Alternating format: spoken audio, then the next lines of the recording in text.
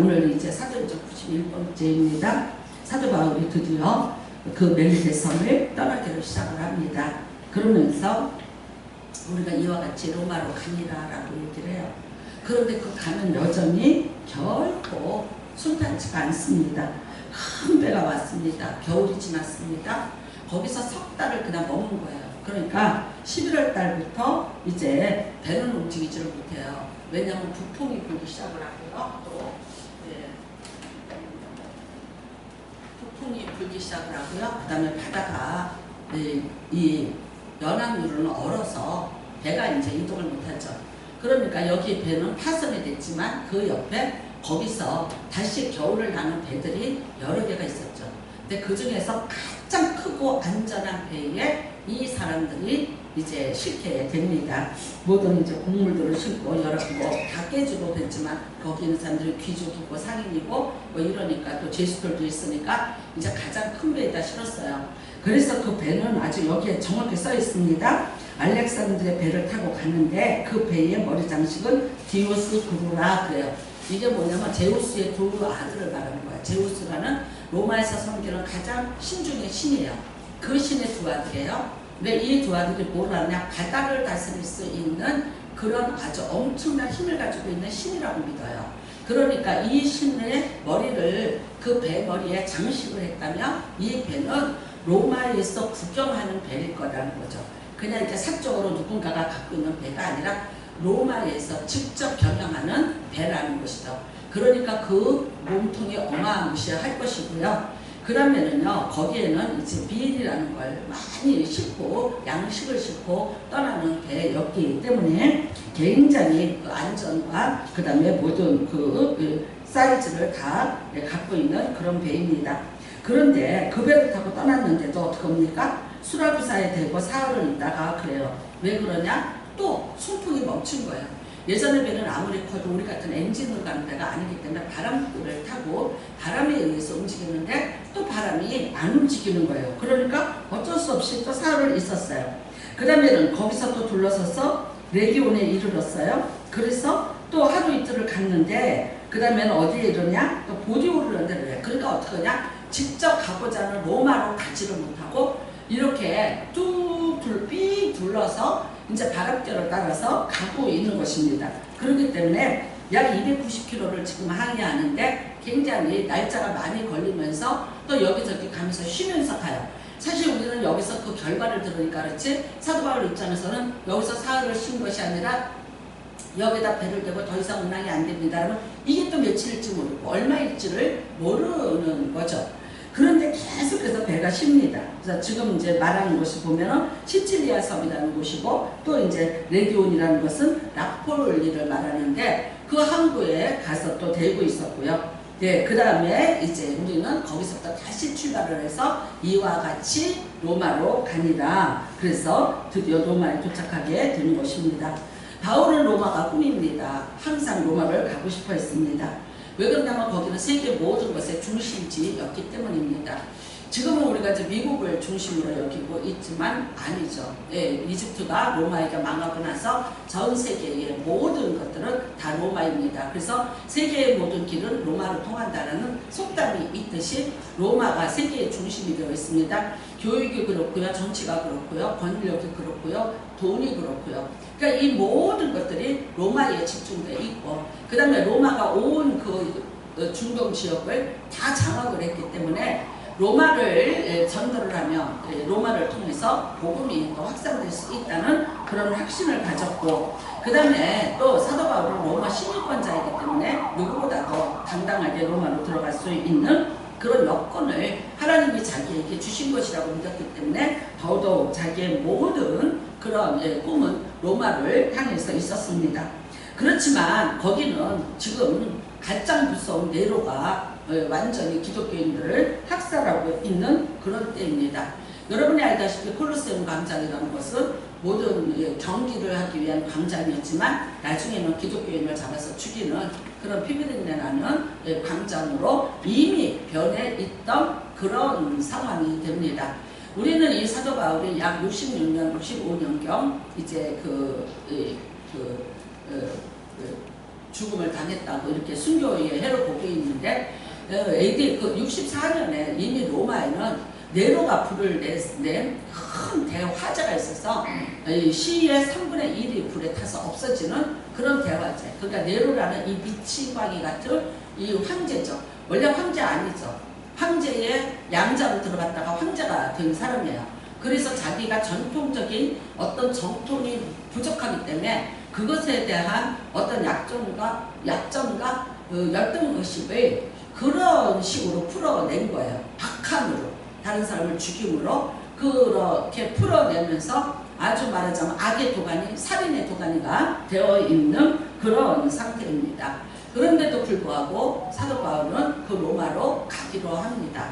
우리가 생각할 때는 어떨까요? 이 사람이 출세하려고 가는 거 아니에요? 자기가 돈 벌려고 가는 것도 아닙니다. 분명한 목적이 있습니다. 나는 예수의 복음을 로마에 가서 전하자는 거죠. 그래서 우리가 로마서 1장에 보면은 내가 여러분 너희에게 로마로 가서 내가 복음 전하기를 원한다고 했습니다.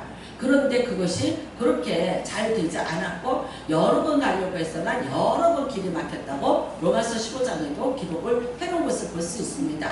끊임없이 로마로 가려고 했던 그 이유는 내가 로마에 가서 예수의 복음을 반드시 증거하겠다는 이런 꿈을 가지고 있었습니다. 그렇다면 우리가 생각할 때 어때요? 가는 길인데 평탄하게 인도해 주시는 것이 맞지 않냐는 질문을 할 수 있습니다. 여러분, 사실 우리가 지금 여기에서 유라굴로 특봉 만난 것만 갖고 우리가 얘기할 것이 아니라 사도 바울이 로마로 가기 위해서 우리는 벌써 사도행전 12장의 에베소에서 떠나는 것부터, 그쵸? 에베소를 떠나요. 자기 평안하게, 에베소 교회가 굉장히 용서하게, 그러니까 거기서 편안하게 목회할 수 있었어요. 그런데 나 간다, 나 로마로 가기 위해서 예루살렘을 들어갔다 가겠다 그랬어요. 얼마나 많이 말렸습니까? 장녀들이 밀려도 한국까지 쫓아와서 말렸고, 그 다음에 빌립의 네 딸들이 성령 충만해서 예언하면서 말렸고, 수많은 사람들이 네가 수족이 묶일 것이다 말렸어요. 그럼에도 불구하고 그가 예루살렘으로 왔어요. 오자마자 그야말로 예언대로 그가 묶이게 되었고요. 동족들이 죽이려고 했고 자객들을 풀어놨고요. 그 다음에 이제 재판을 또 받게 됐고요. 여러분들이 알다시피 베스토 각하 앞에서, 벨릭스 총독 앞에서, 아그리파 왕 앞에서 끊임없이 변명을 하고 있었는데 그거는 그들에게 설교하는 것이 아니라 말하자면 죄인으로서 잡혔는데 그 자리에서 자기의 변호를 스스로가 하고 있는 장면들이죠.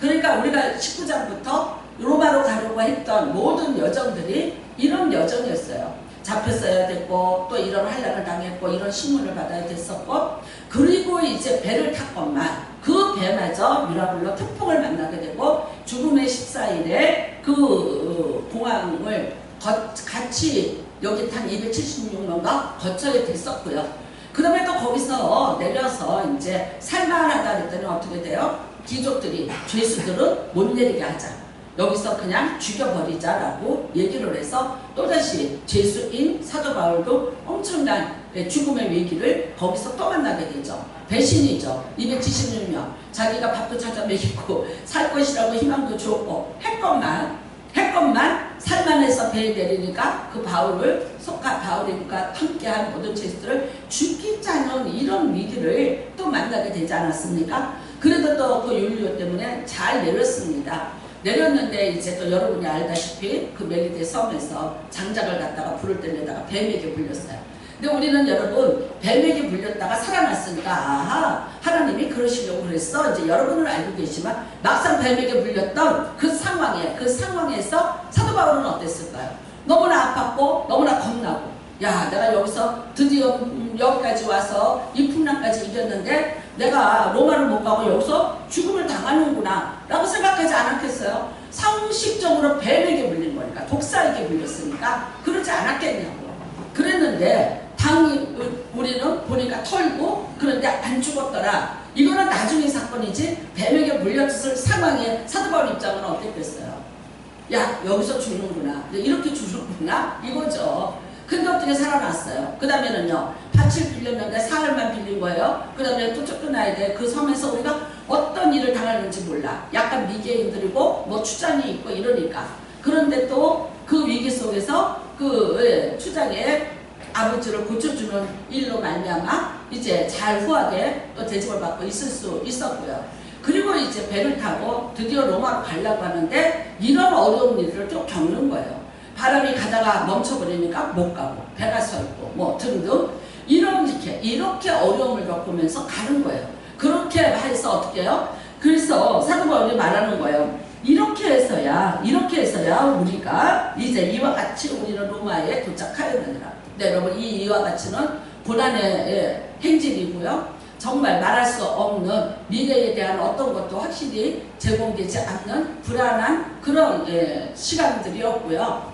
그 다음에는요, 자연의 재해와 사람의 그런 불안. 지금도 여러분 사도 바울은 죄수입니다. 그렇지 않습니까? 로마로 실려가는 죄수라서 죄수복을 입고 있고 쇠고랑을 아직도 참채로 있는 거예요. 그거는 로마에 도착을 해야 풀어주는 거지 그 이전에는 누구도 풀 수 없는 쇠고랑을 차고 있는 상태예요. 그런데 그 상태로 편안하게 안전하게 온 것이 아니라 이와 같이 제가 지금 여러분한테 말씀드린 것 같은 이와 같은 고난을 겪으면서 여기에 왔어요. 우리는 이러면 여러분 한 번쯤 질문을 해보고 싶습니다. 왜 하나님 사도 바울이 가는데요, 왜 이렇게 불편하고 힘들게 하시느냐고 물어봐요. 여러분 정말 바울의 눈물, 실망, 아픔, 좌절, 죽음의 공포 이런 것들을 지금 겪으면서 가요. 왜 하나님 좀 편하게 가게 안 해주세요? 지금 사도 바울이 가는 게 자기를 위해서 가는 게 아니잖아요. 하나님의 부르심을 알고 하나님의 어떤 사역을 감당하고 아무도 지금 위험해서 가지 않고 정말 그러는데 내가 가서 이 일을 하겠다고 그 마지막 딱 끝인 로마를 향해서 가고 있는데 그런데 왜 이렇게 힘들고 어려운 과정들을 겪어내야 하는가? 왜 이와 같이 가야 되는가? 조금 더 편하고 안전하게 그리고 순리대로 순적하게 가면 안 될까라는 오늘 질문을 하고 싶지 않습니까? 여러분 우리 이런 생각 들어요. 저 사람은 예수 잘 믿는 사람이야. 나보다 잘 믿는 사람이야. 근데 왜 이렇게 환란이 많아? 왜 이렇게 문제는 많아? 아니 예수 잘 믿잖아. 나보다 믿죠. 그렇다면 이런 생각해요. 그런데 그렇다면 내가 신앙의 생활을 하는 것, 신앙의 어떤 행위를 하는 것이 과연 무슨 의미가 있어? 내가 이렇게 하면 잘 되게 해주고 이렇게 하면 복을 받고 이렇게 하면 내가 형통해야 되고 이렇게 하면 좀 더 나은 삶을 주셔야 하나님 아닌가? 여러분 우리는 하나님에 대해서 두 가지예요. 뭡니까? 하나님은 사랑이시라. 그 다음에는 또 뭘 가지고 계세요? 능력 있는 하나님이시라는 걸 믿어요. 그 믿음을 가지고 있다고요. 그러면 그 하나님이 사랑으로 나에게 좀 더 나은 능력으로 나에게 임하셔야 되지 않을까? 내가 예수를 믿는다고 교회를 와요. 여러분 사실 절에 다니는 사람은요 4월 초파일날 한번 가면 되는 거예요.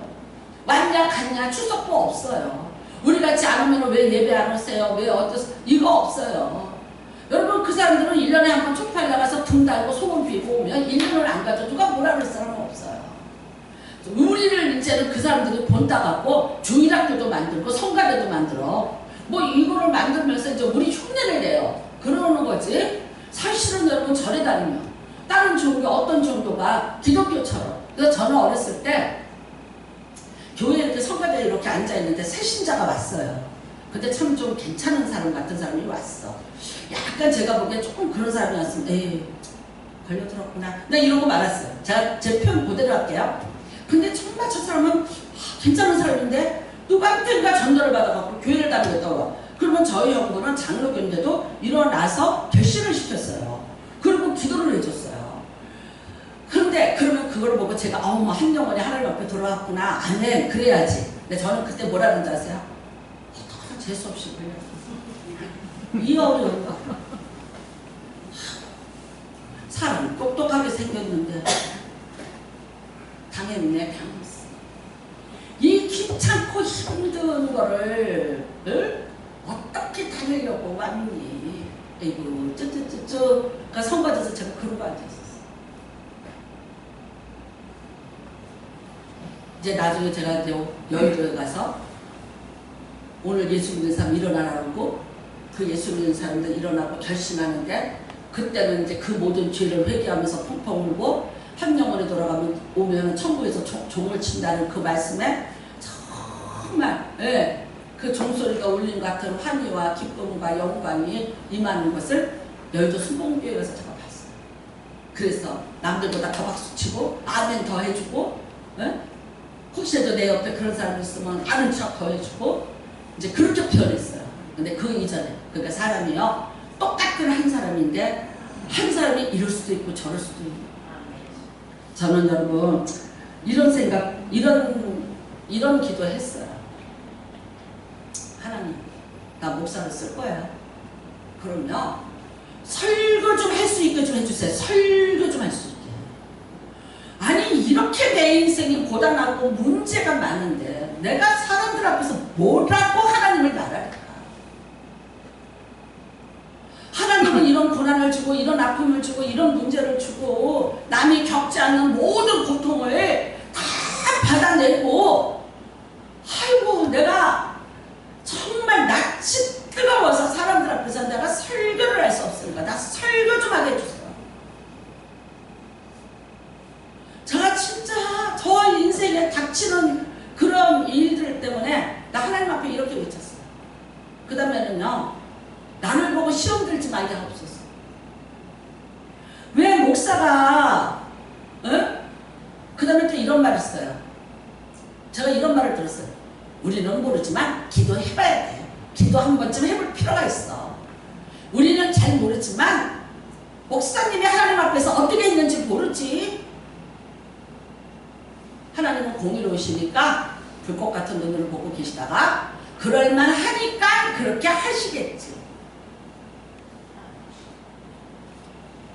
얘기 들었어요.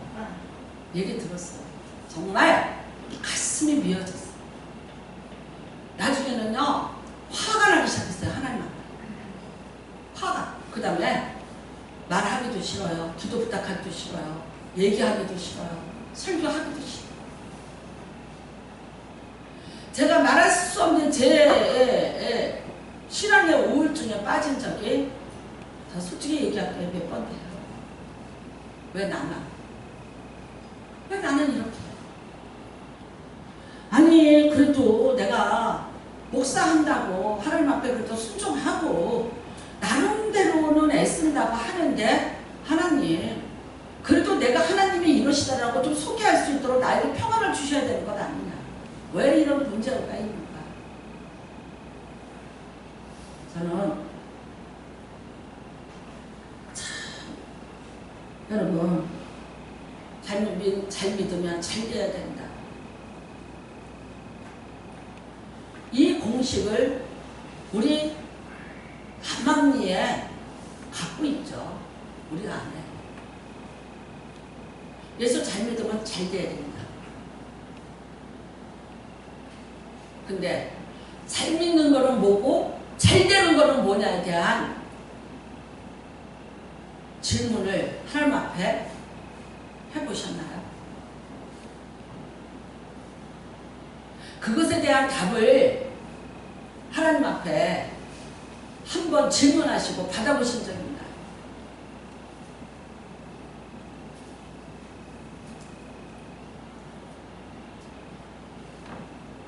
아마 성경에서 고난당한 사람 여러 명 있죠. 그 중에 여러분이 잘 아는 다윗이 자기의 뒷배기였던, 자기에게 기름 부어서 왕으로 세우는 사무엘이 죽어요. 죽고 이미 유다 광야가 아닌 엔게디 광야로, 그러니까 될 수 있는 대로 사울의 눈에서 멀리 떨어진 곳으로 이미 도망을 갔습니다. 그런데 사울이 추격을 해서 쫓아왔어요. 미쳐서 죽이려고 쫓아와요. 여러분이 잘 아시는 아둘람 굴이라는 곳에서 사울의 옷자락을 내리막고 그렇게 가는 격으로 사울이 쫓아왔어요. 도망가는 다윗은 하친 것이 없어요. 근데 사울은 이스라엘의 전 군사를 다 거느리고 블레셋을 쫓으라 했더니 다윗을 죽이려고 쫓아와요. 근데 다윗 입장에서는요, 자기가 왜 이런 억울한 일을 당해야 되는지 몰라. 죽을 수밖에 없는 사울을 살려내줬잖아요. 골리앗 골리앗 장군 앞에서 죽어가는 거를 대신해서 골리앗을 무너뜨리고 살려줬잖아요. 고마워해야 되는 거 아니에요? 그런데 그 은혜를 원수로 갚기 시작을 해요. 너 때문에 내가 왕이 못되고 내 아들이 왕이 못될 것 같아.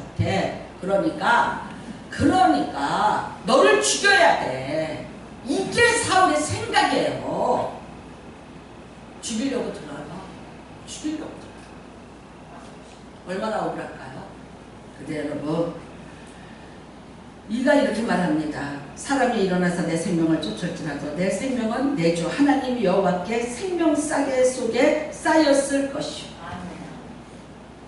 이 신앙의 고백을 아무나 하나요? 내가 생명사계 안에 쌓임을 받았다는 고백을 아무나 할 수 있을까요? 나는 아무나 할 수 있는 것 아니라고. 여러분들이 생명사계 안에 있다는 걸 알아? 이은정 원사님, 예배 시간이에요. 앉아 계세요. 앉아 계세요. 그냥 저 예배 방해하지 마시고. 가만히 계세요. 괜찮아요. 아무 일 없어요.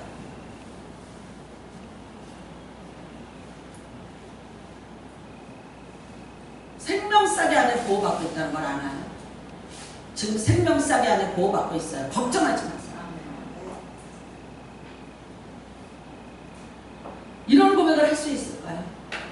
내가 사망의 음침한 골짜기를 다닐지라도 해를 두려워하지 않을 것은 주께서 나와 함께 하시니라. 어디에서 고백이 나왔습니까? 사망의 음침한 골짜기를 가봤더니 하나님이 거기 계시더라고요. 나는 세상 사람들이 죽음의 골짜기고 거기 가면 죽는다고 말하는 사망의 음침한 골짜기였는데 주께서 나와 함께 하신다는 것을 어디서 알아냈느냐? 사망의 음침한 골짜기 안에서 나는 만났다는 거예요. 때로는 그래서 우리를 사망의 음침한 골짜기 안으로 끌고 갔어요. 여러분, 하나님은요, 내가 하나님 앞에 잘 된다는 건 뭔지 아세요? 하나님 앞에 가까이 있는 게 잘 된 거고, 하나님을 이해하고 하나님을 믿고 하나님을 바라볼 수 있고 하나님이 나를 아는 것이 내가 잘 되는 거예요. 여러분이 잘 된다는 거는 편안하고 장수하고 무명하고 내가 생각하는 대로 돈 벌고 내가 이렇게 해서 모든 사람한테 베풀고 살고 내가 이렇게 힘있고 사는 것이 내가 이제 복이고 이게 내가 하나님이 나에게 잘해주시는 거라고 믿는 거예요. 하나님이 여러분을 찾는 것과 여러분이 하나님을 찾는 것이 이게 사인이 안 맞아요. 아무가 안 맞으니까 하나님을 평안한 데서 찾고 형통한 데서 찾고 잘되는 데서 찾고 그렇게 구하고 있으니까 여러분이 하나님을 못 만나는 거예요. 하나님은 여러분 어떻게 만나게 해주시냐고요? 인간의 연약함을 고백할 때예요. 내가 아무것도 할 수 없고 나는 아무것도 아니어서 내가 사망의 음침한 골짜기에서 내가 지금 죽을 수밖에 없는다. 내가 이거 그래서 내가 잡을 수 있는 끈도 없고 내가 바라볼 희망이 하나도 없다고 할 때 나타나는 분이 하나님이야. 그런데 그러면 하나님은 나쁜 하나님이네? 아니죠. 그전에도 하나님은 계셨는데 우리가 그때가 돼서야 비로소 하나님이 보이다가 그렇게 안 해주고 하나님은 나타나시라 그랬어요. 그러지 않고도 하나님은 나타나서 여러분과 함께 하려고 했는데 못하셨어요. 왜? 여러분이 그때 하나님을 안 찾았어요. 내가 자유로운 내가 꽃밭길을 걷고 내가 나의 목자신이 부족함이 없고 푸른 초장과 쉴만 물가를 다니는데 굳이 내가 하나님이 그렇게 필요했어요? 거기 가면 위험해. 그렇게 하면 안 돼. 그러면 안 돼. 들렸어요? 안 들렸어요.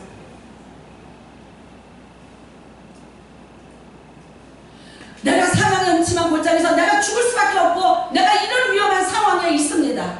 여러분 그 사망의 음침한 골짜기가 어디냐면요 물이 흐르는 계곡이에요. 엔게디나 광야나 유다 광야는 물이 없어요. 그런데 어디에선가 샘물이 나는 계곡이 있어요. 그 계곡은요 사자도 와서 먹어야 되고 여우도 와서 먹어야 되고 모든 짐승들이 와서 거기 와서 물을 먹는 거예요. 그런데 사람도 거기 가서 물을 먹어야 돼. 내가 거기 가서 물을 먹어야만 살겠으니까 내가 갔어. 근데 갑자기 순간에 사자가 덮칠 수 있고 순간에 내가 물을 먹는 동안에 늑대가 와서 덮칠 수 있는 거예요. 그래서 거기를 사망의 음침한 골짜기라고 하는 거예요. 그런데 내가 거기 가서 내 목을 죽이면서도 내가 해를 드려야 하지 않는 것은 뭐였어요? 주께서 나와 함께 하시고, 내가 사자의 공격을 안 받고 내가 늑대 공격을 안 받고 내가 물을 먹고 그 사망의 음침한 골짜기에서 살아 돌아오더라고요. 그러니까 주께서 나와 함께 하셨다는 걸 내가 고백하게 되는 거죠. 사람은 위기를 만났을 때, 고난을 만났을 때, 여러분 그런 거예요. 우리는 여러분 다니엘이 말합니다. 나 풀무불에다 집어넣어라. 나 집어넣을지라도 나는 네 금산이다. 난 저러지 않겠다는 거예요. 그런데 풀무불에 집어넣을 때 다니엘과 세 친구가 이렇게 말합니다. 그가 건져내시리라.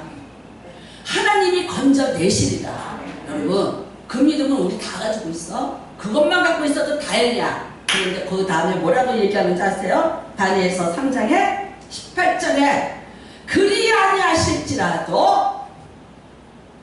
아니하실지라도 나는 당신의 신상이 저러지 않아. 내가 풀무에서 그렇게 건져주지 않고 내가 원하고 바라는 대로 아니하실지라도 나는 신상에 절하지 않아.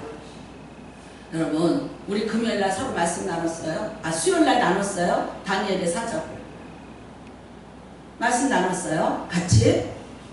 그게 아무에게나 아무한테나 오는 거 아니에요. 사자굴에다가 집어넣었는데 살아있는 사자들이 으르렁거리고 있는데, 배고픈 사자들이 있는데 거기다가 다니엘을 집어넣었어요. 그런데 거기서 살아왔다고요. 에? 거기서 한식 푹 잤다고. 살아있는 배에 진동을 안마기 삼아서 살아남았다고요. 제가 그래서 오살레에서 기도할 때 8성급 호텔이라고 한 거예요. 7성급 호텔까지는요 죽은 가죽은 깔아놨어요. 산 사자는 못 들어갔어요. 그런데 하나님이 다니엘을 집어넣은 그 굴은요, 다른 사람은 다 들어가 죽었는데 다니엘에게는 살아있는 사자들이 울릉 몰려서 따뜻한 침대도 되어주고, 숨을 쉬는 것마다 진정 마사지도 되어주고, 거기서 그 고단함과 그 괴로움을 푹 한심 잠들어놨어. 죽이려면 죽이고 말라고 말아. 그리 아니하실지라도 하고 있었을 거예요. 안달박달 안 떨고, 제발 안달박. 안 돼요. 돼요. 죽어요. 살아요. 이거 해요. 안달박달 떨어가. 뭐가 없는 거예요? 믿음이 없는 거지. 근데 그 믿음이 하루아침에 생기더라? 아니더라. 여러분 다니엘 보세요. 그리 아니하실지라도 이 평안이 살아서 그래서 나왔어요. 그래서 하나님이 살려서 나왔어요.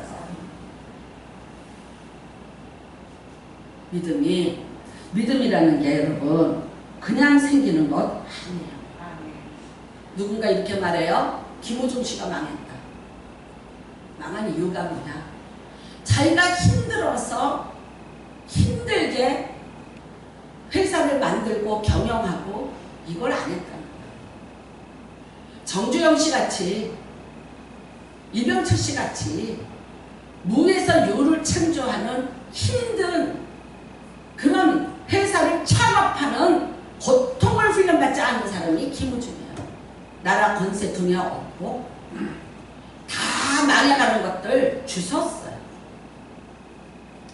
그 다음에는요, 나라 권력 다 해주는 대로 그렇게 해서 큰 게 대우라는 거예요. 그러니까 어떻게 해요? 지켜낼 기운이 없었고 힘이 없었고 여력이 없었고, 똑똑한 걸로 치고 학벌로 치면 그 사람은 서울대 출신이에요. 이병철이가 서울대 나왔어요. 정주영이가 서울대 나왔어요. 어디 나왔어요?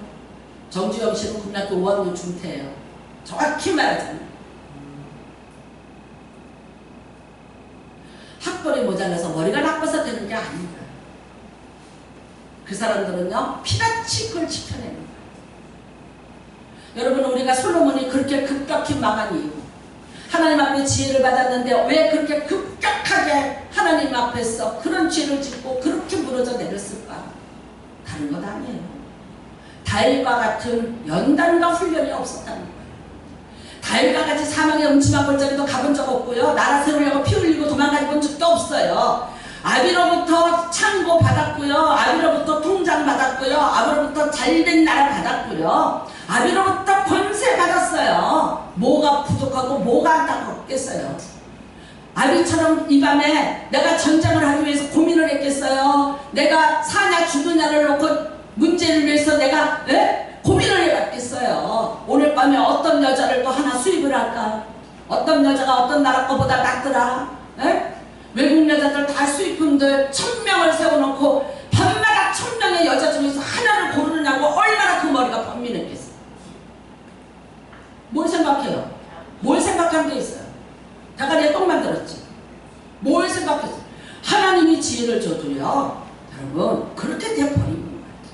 하나님이 꿈에 나타나셨어요. 2번이나 나타나서 책망하셨어요. 경고했어요. 들렸나요? 이미 안 들렸어요. 그러니까 내가 네 아비 때문에 너에게는 내가 안 하지만 네 자식에다가 나라를 반쪽을 다른 사람에게 넘겨주리라. 여러분 말할 수 없는 저주로 끝이 나요. 그 다음에는요, 솔로몬이 데리고 온 1000명의 여자들, 그 우상, 그게 이스라엘 전체를 우상으로 만들, 하나님이 바벨론으로 왜 끌고 갔나? 그리고 여기 왜 불타게 했나? 1000명이 가지고 온 우상의 정각들, 푸른 나무 밑에 산당들 다 태워서 없애야 되니까, 사람을 태울 수 없으니까 바벨론으로 끌고 가고, 그리고요 다 푸른 나무 하나만 있는 산을 다 태워서 민둥산을 만들어서 그 다음에 50년 동안 그 산이 회복이 돼서 돌아옵니다. 제가 이거 어떻게 알았는지 아세요? 이 내용을 제가 하나님 앞에 물어보고 받은 답이에요. 직접. 근데 저번에 뉴스 보다가 놀래서 내가 기절하고 들었어요. 울진에 불났죠. 섣불 났죠. 회복이 되려면 몇 년 걸릴 줄 아세요? 네? 몇 년? 크게 말해봐요. 50년 어떻게 알았어요? 나한테 좀 커밍했지. 70년. 야, 나 그걸 듣는 순간 여러분은 그런 뉴스를 보면서도 큰일 났네 이러고 있지. 나 잘난 척주면이지. 난 목사잖아. 아, 그래서 하나님이 70년 만에 데리고 오는 거야. 다 회복되고 다 회복돼서 정결하게 그 산당들 다 없애버린 그 땅으로 정결케 된 이스라엘 백성들 신부처럼 데리고 와서 다시 살게 하는 것이 70년이야. 야, 울진 돌아오려면 70년. 나는 그 뉴스를 보면서요, 성경의 한 구절에 이제 이해가 됐어. 왜 70년? 왜 꼭 70년? 그때문에 70년? 질문했는데 그걸 답을 못 얻었어. 그래서 저는 이렇게 생각했어요. 한 세대가 다 죽어버렸다. 새 세대가 일어나서 장성에서 오려고 했나? 이렇게 생각했어. 근데 아닌 거예요. 울진 때문에 깨달았어. 70년. 여러분, 우리 인생에 어떤 고난이 왔는데 그 고난 때문에 내 어리석음이 깨지고 내가 그 고난을 통해서 하나님 앞에 가까이 있고 내가 그 고난 때문에 다시 내가 하나님을 의지할 수밖에 없고 하나님이 아니면 나는 살 수 없다는 것을 고백하는 그 고난이라면 나는 축복이라고. 잘 먹고 잘 살고 건강하고 잘 되고 물론 좋습니다. 그런데 그래서 하나님을 찾지 않아도 되고 인간적인 오만으로 살아간다면 그건 복이야. 여러분, 나는 안요한 목사님 실명해서 장님이 돼서 우리나라에서 최초로 장님을 위한 맹인 교회를 세우신 분이 안요한 목사님이세요. 영화로도 나왔죠. 근데 사실 그분 목사님 아들이에요. 충청도에서 목회하는 아들인데 아버지가 이 아들 때문에 목회를 못할 지경이에요. 아버지가 예배 드리는 동안에 성도들 신발 다 갖다가 똥통에다 갖다 버려요. 그 다음에 교회 벽에다가 안요한복음, 이름이 성이 안씨고 이름이 요한이야. 근데 안요한복음, 하나님을 믿으면 거지 된다. 왜? 목사 아들로 태어나서 날마다 학교 가서 가진 게 없어서 구박받고 애들한테 따돌림 당하고 교회 오니까 성도들이 한 사람 한 사람 야단치고 이러면 안 된다 저러면 안 된다 이 스트레스를 얘가 그래서 결국 어떻게 됐어요? 반항하게 됐어요. 근데 머리 좋고 똑똑해요. 저는 지금도 그 영화 아버지가 신성일로 나왔는데 이 아들이 미국에서 다 풀스칼러십을 받아요. 미국 유학을 떠나요. 떠나기 전에 아버지한테 인사를 왔어요. 근데 그 아버지가 이 아들을 데리고 바닷가를 걷다가 고무줄에다가 돌멩이 하나를 묶어서 돌려보라래요. 아들 보고. 그러니까 아들이 힘있게 돌려. 한참 돌다가 그만 멈춰라 그랬더니 멈추는데 그 돌멩이가 어디 와 있어요? 자기 손 안에 와 있다. 그때 그 아버지 목사님이 그 안유한 목사에게 이런 말을 했어요. 네가 세상에 어디를 가 있더라. 너는 반드시 하나님께로 이렇게 돌아오리라. 그런데 이 아들 비웃었어. 나는 아버지같이 이런 시골 목회 안 하고 이렇게 거지같이 안 살아. 나는 출세할 거야. 나는 잘 될 거야. 비웃고 떠났어요. 그런데 며칠 안 돼서 눈이 흐려졌고 안 보여요. 포도상 구균이 양쪽 눈으로 들어왔고 하루 만에 장님이 돼요. 아내가 떠났어요. 혼자 빈방에 남아 있었어요. 먹은 음식이 다 안 보이니까 더 좋으면서 뭔가 먹으려고 잡았는데 쥐였어. 그러니까 자기가 며칠 먹은 음식은 쥐랑 같이 먹은 거라는 걸 깨달아요. 그 다음에는 그것조차도 먹을 게 없어. 지팡이 하나를 잡고 밖으로 나가요. 살기 위해서. 그 다음에 여러분이 잘 알다시피 구두 닦기 소년을 만나게 되고 그 소년이 틀어놓은 극동방송을 듣게 되고 그 극동방송에서 나오는 하나님의 메시지를 들으면서 아버지가 그렇게 설교했던 내용들이 생각이 나요. 그 아들이 하나님을 찾아갑니다. 목사가 됐고 맹인들을 위한 목회를 저기 성북구 미아리 근처에서 시작을 했어요. 가난한 자, 굶주린 자, 자기가 그렇게 경멸했던 자들, 앞을 볼 수 없는 자들을 불러놓고 아버지가 전하던 하나님을 전합니다.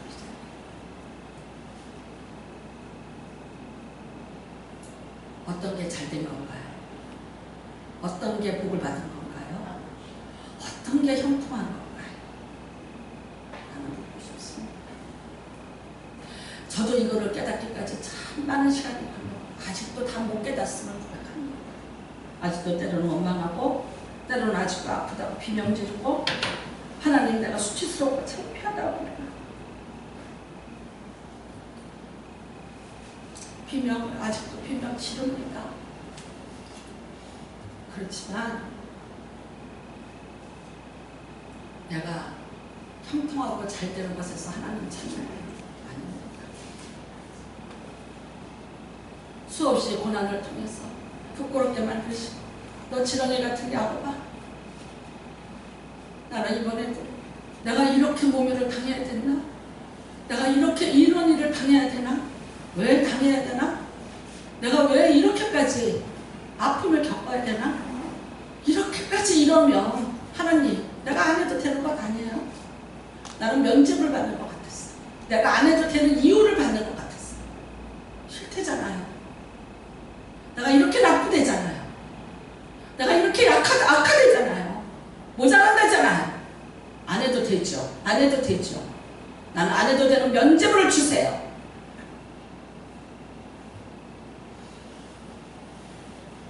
그 와중에 박장로까지 쓰러져.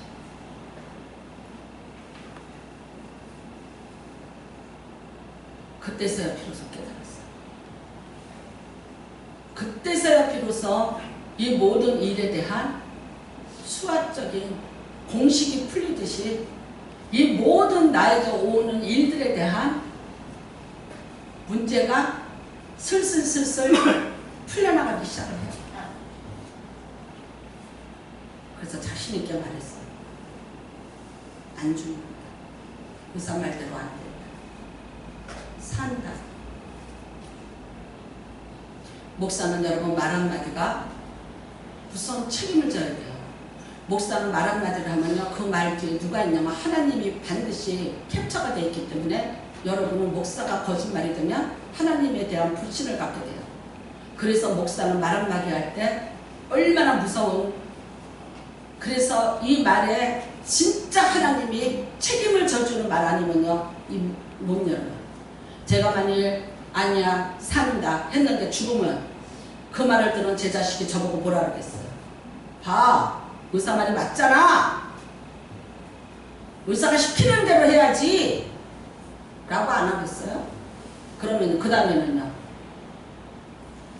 목사 말이 땅에 떨어지는 게 문제가 아니라 하나님에 대한 신뢰가 떨어지기 시작합니다. 얼마나 무섭게, 얼마나 무거운 책임감을 가지고 하나님이 이러신다고 말하겠어요. 안 하면은요, 그 수많은 거짓 예언자들과 같이 거짓말을 하고 사람의 비유를 맞추는 거짓말 예언자가 되어서 하나님 앞에 징계를 맞고 죽어요. 내가 누구를 위해서 징계 맞고 죽어야 돼요? 제일 귀한 게 나지? 드디어 코드가 풀렸어요. 남의 불행을 보고 함부로 폄하해서 자신의 생각과 자신의 지론과 자신의 경험과 자신이 갖고 있는 신앙으로 판단하지 마세요. 일어날 것입니다. 왜 저 사람은 저 고난을 당하느냐고 묻지 마세요. 몰라요. 본인이 모른다는데 여러분은 어떻게 아세요? 누구만 알고 계세요? 하나님만 알고 계세요. 이래서 이래, 저래서 이래, 저래서 이래, 저러니까 저렇지, 저러니까 저렇지. 우리 수없이 우리의 언어 속에는 이런 결정 지으는 이런 일들이 너무나도 많아. 근데 그게 다 정답이든가요? 때로는 정답도 있지만 오답이 너무 많아. 어쩌면 여러분 사자굴의 영광을 보여주기 위해서 지금 풍물불 연단시키고 계신지 몰라요.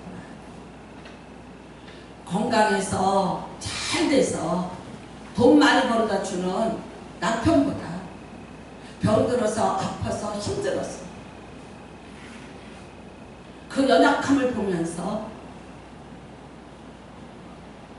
내가 누구인지를 깨닫는 시간도 되고, 그러므로 하나님 없이는 살 수 없다. 내 몫에 태인 십자가입니다. 그 십자가 누구나 있다. 자기 십자가 있는 줄도 모르고 그거 감당도 안 하려고 들고 편안과 안위를 추구하고 만만함을 추구하고 힘들고 어려운 거 다 싫고 폼나게 내가 보여지기를 원하고 그렇게 해서 사람들을 내가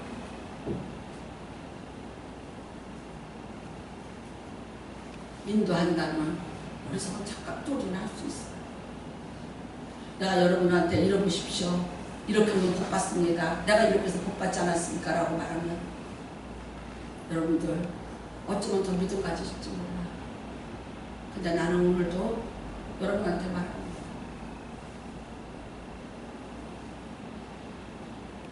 제가 수요일날 이렇게 말씀드렸는데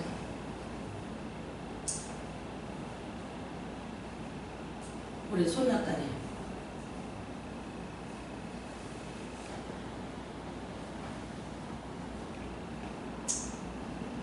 내가 마음이 아파서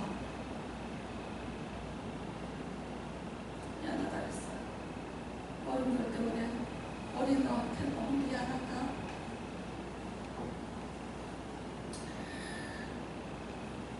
세상에 나는 지금도 안 잊어요. 6살, 이제 7살도 안 됐어. 그리고 이렇게 말하더라고요. 할머니, 울지 마세요. 저 잘 살 거예요. 할머니, 제가 성경에 보니까 하나님이 쓰시는 사람들은요, 다 남다른 고난을 겪더라고요. 그래서 제가 또 어이가 없어서 누가 그랬니? 그랬어요. 그랬더니 요셉도 그랬고요, 야곱도 그랬고요, 다윗도 그랬고요, 다니엘도 그랬고요. 그래서 내가 이랬어. 네가 그 사람들 어떻게 다 알아? 그랬더니 할머니가 성경책 사줬잖아요. 그거 읽었어요.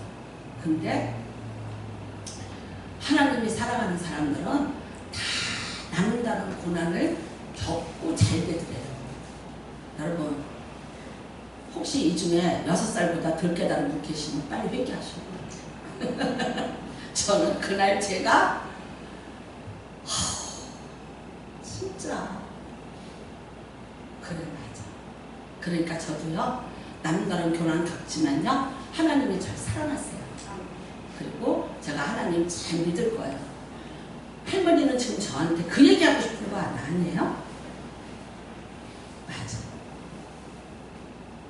하나님이 네 친구인 거야. 알아요. 그러니까 저 때문에 너무 걱정하지 마세요. 제가 토시 하나 안 틀리고 다 외우고 있어요.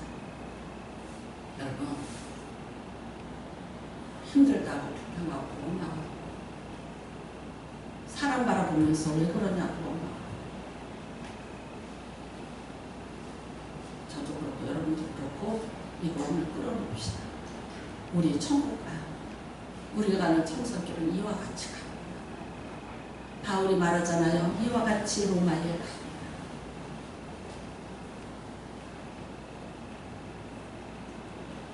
어리석은 자는 방황을 하고 다니고요.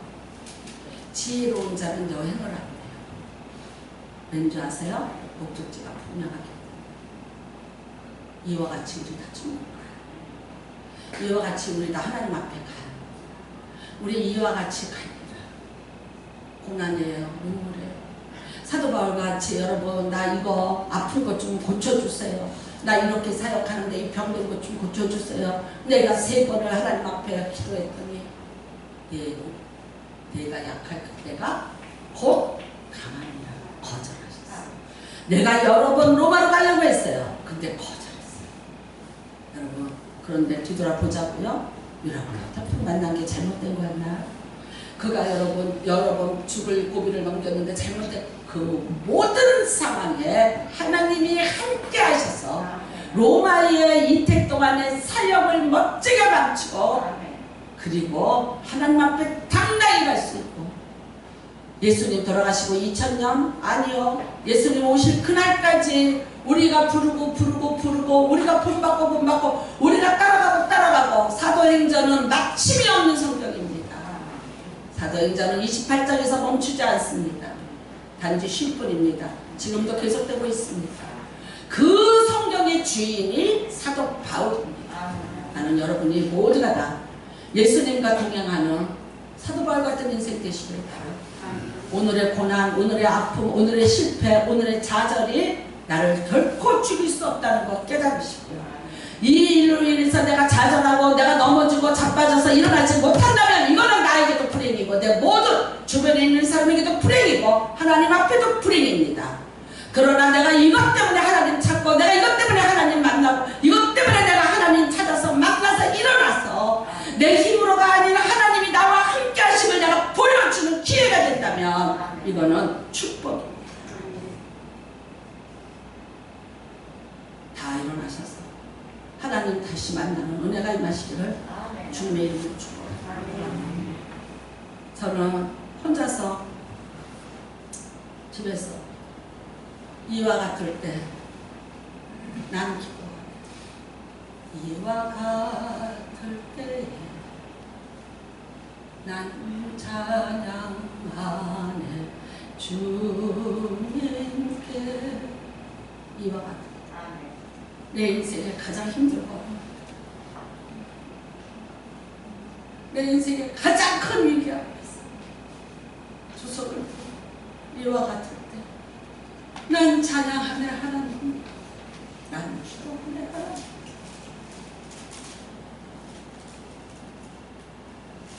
제가 우리 남편 붙잡고 우리 집 대문 앞에 들어오면서 이랬어요. 이거 있잖아, 당신 잘 알아야 돼. 벽제 화장터 문일 건데 하나님이 집 대문으로 바꿔주셨어요.